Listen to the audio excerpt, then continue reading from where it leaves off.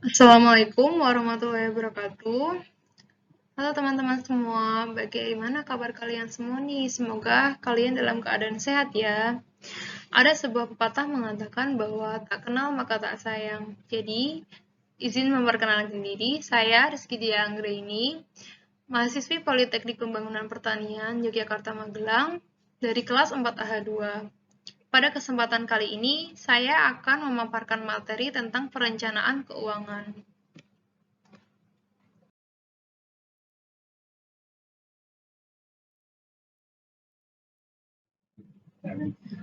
Oke, sebelum masuk ke dalam perencanaan keuangan, kita harus mengetahui dulu nih, apa itu perencanaan. Jadi, perencanaan itu dapat diartikan sebagai proses penetapan tujuan, strategi pencapaian tujuan, serta langkah-langkah teknis yang dilakukan sehingga tujuan tersebut dapat tercapai dengan efektif dan efisien.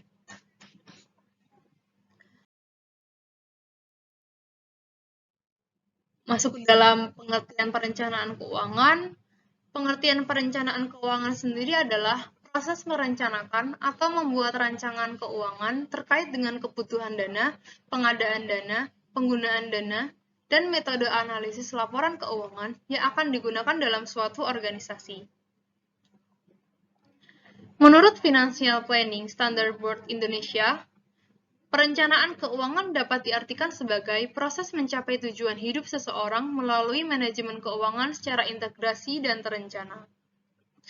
Tujuan yang dicapai dalam perencanaan keuangan ini dapat berupa seperti membeli mobil, membeli rumah, dan membiayai pendidikan anak, di mana tujuan tersebut merupakan tujuan bagi sebuah keluarga. Sedangkan untuk tujuan sebuah perusahaan, adanya perencanaan keuangan ini dapat berupa mengembangkan usaha dengan membuka outlet di berbagai kota.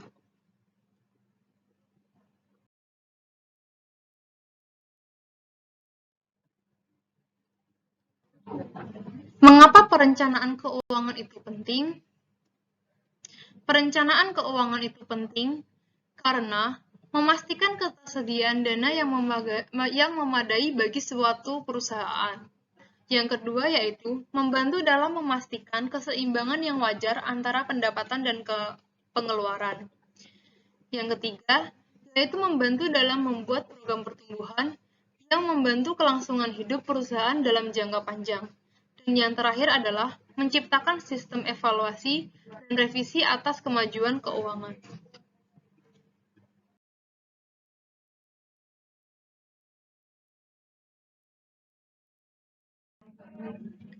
Selanjutnya, kita akan membahas tentang manfaat perencanaan keuangan. Manfaat perencanaan keuangan itu sendiri dapat menjadi bahan pertimbangan sebelum membuat keputusan mengenai keuangan. Yang kedua, sebagai dasar penilaian mengenai apakah rencana yang akan dijalankan memiliki prospek yang baik atau tidak.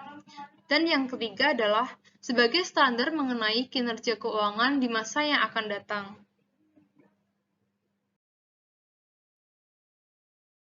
Selanjutnya, kita akan membahas tentang membuat tujuan keuangan. Dalam penetapan tujuan keuangan, sebaiknya dibuat perumusan SMART, yaitu spesifik. Spesifik sendiri adalah pengungkapan tujuan harus menggunakan kata-kata yang lugas, tidak mengandung makna ganda. Untuk measurable atau terukur adalah di mana hasil yang akan dicapai dalam bentuk angka dan mata uang yang jelas. Untuk achievable atau dapat dicapai adalah di mana untuk tujuan keuangan tidak hanya selalu satu. Ada kalanya tujuan keuangan itu terdiri dari beberapa hal dalam tenggat waktu yang sama. Sedangkan untuk realistik adalah di mana membuat tujuan keuangan seharusnya tidak terlalu muluk dan mempertimbangkan kemampuan yang ada. Tujuan yang terlalu muluk justru dapat membuat frustasi atau bahkan terjebak dalam situasi keuangan yang lebih buruk akibat utang. Dan yang terakhir adalah untuk time relate atau jangka waktu di mana yang jelas kapan tujuan keuangan tersebut akan dicapai.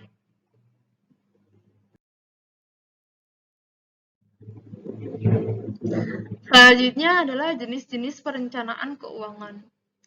Secara umum, perencanaan keuangan dibagi menjadi dua, yaitu perencanaan jangka pendek dan perencanaan jangka panjang. Pada perencanaan keuangan jangka pendek, memiliki dimensi 1 tahun. Tujuan utama seringkali untuk menjaga likuiditas perusahaan. Alat yang sering digunakan adalah dengan menyusun anggaran kas. Anggaran kas merupakan taksiran tentang kas masuk dan kas keluar pada periode waktu tertentu. Sedangkan untuk perencanaan jangka panjang, perencanaan keuangan jangka panjang dalam suatu perusahaan perlu mengetahui bagaimana posisi keuangan perusahaan di masa yang akan datang. Apabila melakukan keputusan strategi tertentu, misal melakukan investasi modal dalam jumlah yang besar disertai dengan keputusan pendanaan tertentu. Pada perencanaan keuangan jangka panjang, menggunakan model-model keuangan tertentu supaya dapat memperkirakan posisi keuangan apabila suatu keputusan keuangan tersebut diambil.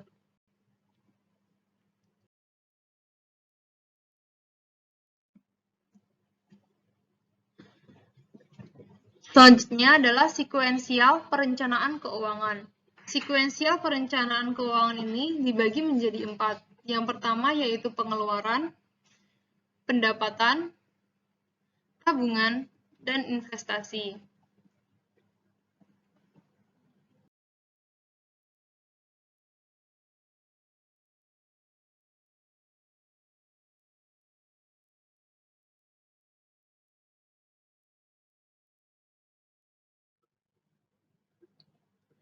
Langkah-langkah dalam perencanaan keuangan. Langkah-langkah tersebut terdapat 6. Yang pertama yaitu mengidentifikasi kondisi keuangan, membuat tujuan keuangan, membuat alternatif pilihan untuk mencapai tujuan, mengevaluasi setiap pilihan, mengimplementasikan program perencanaan keuangan, dan yang terakhir adalah merevisi dan menyempurnakan perencanaan keuangan.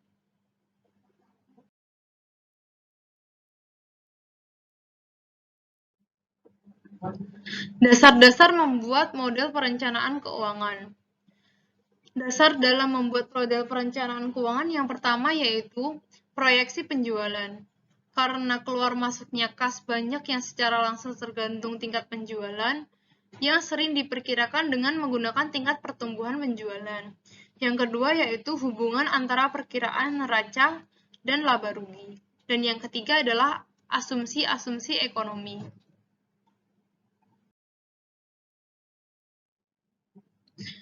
Model perencanaan keuangan.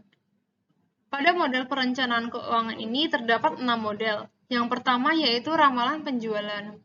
Ramalan penjualan akan menjadi penggerak perencanaan keuangan. Perencanaan akan berfokus pada proyeksi penjualan di masa yang akan datang dan aset pendanaan yang dibutuhkan untuk mendukung penjualan tersebut.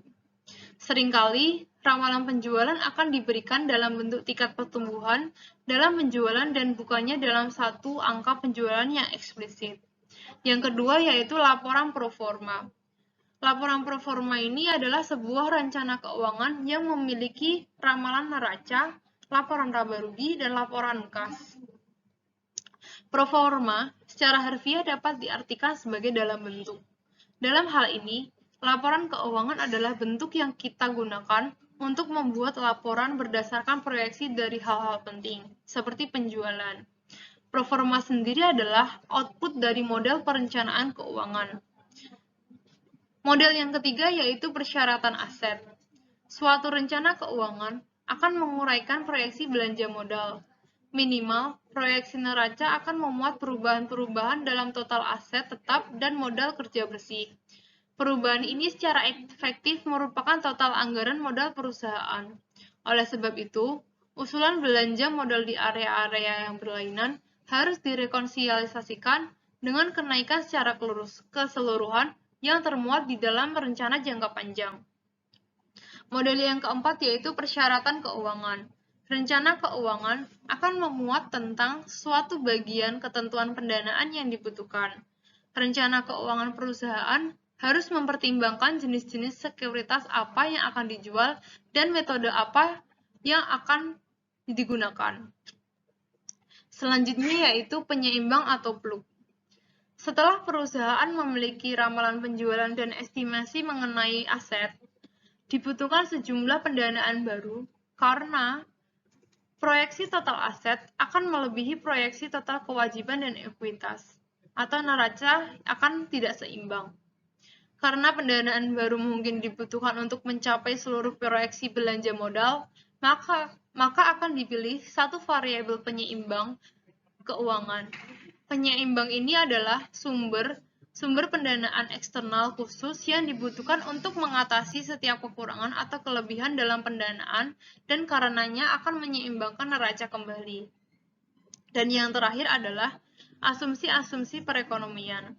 Rencana tersebut akan harus secara eksplisit menyatakan lingkungan perekonomian di mana perusahaan akan berada sepanjang umur rencana di antara tingkat suku bunga dan tarif pajak perusahaan.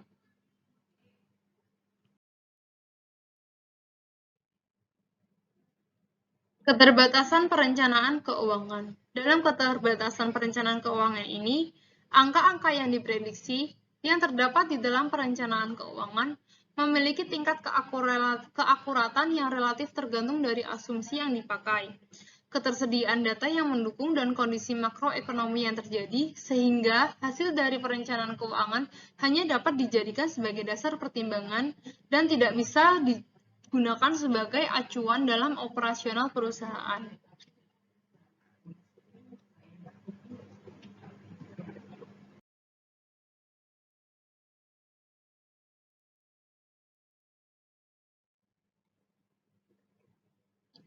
Berikut adalah referensi-referensi yang saya gunakan untuk membuat presentasi ini.